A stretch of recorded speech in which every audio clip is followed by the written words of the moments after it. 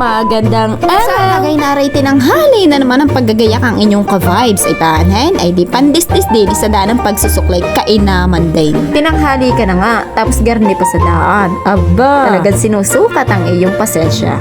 Haba-habang biyahe nga din pala. After 45 minutes ay nakarating din kami sa school. Shout out nga pala sa aming energetic na guard, Kuya Gibe. Say hi! At ang daily routine natin, huwag kalimutang mag-in. Maaga pa no? Joke lang. Papunta na nga ako sa classroom ay arin na nga si Mama Eileen. Tila baga ako hinaharangan at pakikita ang kanyang magandang damit. Maganda nga naman. Bagay na bagay sa kanya. Pagdating ko nga sa classroom ay arin muna ang aking unang ginawa. Pinapatakan ko ng gamot ang aking mata. Lumuluha kasi kahit hindi ako Aray umiiyak. ko, pakak. At ngayon nga pala ay Women's Day, kaya kami mga guro ay nakasuot ng purple na damit. Ganon din ang aming mga bata. Bilang pakikiisa sa Women's Month at pagbibigay suporta talaga sa ating mga kababaihan. Kaya naman syempre, ako'y magpapaganda muna din. Uy, joke lang yan. Blush on lang yan para maging fresh at blooming ang inyong ka-vibes. Aba, ay may picture taking. Papaano? Kailangan maging maganda ang person. Ari, nagtipon-tipon na kami para simulan ang Sa camera, say hi!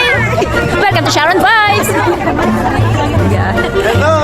Shout out sa inyong lahat. Ay di rin na nga sinimula ng picture taking o digan lahat ay magigandang ngiti para good vibes at quality. Nagpicturan nga din pala ng lahat and then after nun ay by grade level. Sa pagkakataong are, di nagtatanungan na kung saan binila ang damit. Alam nyo naman sa TikTok at Shopee. Check nyo lang sa shop ko, meron yan. At nakapagbenta pa nga ni. Masaya kaming nakiisa sa pagdiriwang ng Women's Day na may temang We for Gender Equality and Inclusive Society. Kaya ngayong buwan na ito, hindi lang tayo nagdiriwang. Nagpapaalala tayo na sa simpleng paraan, sa respeto, suporta at pakikisa ay nagiging bahagi tayo ng mas makatarungan at mas maayos na lipunan. Basta laging tandaan ang gender equality. Okay, bye!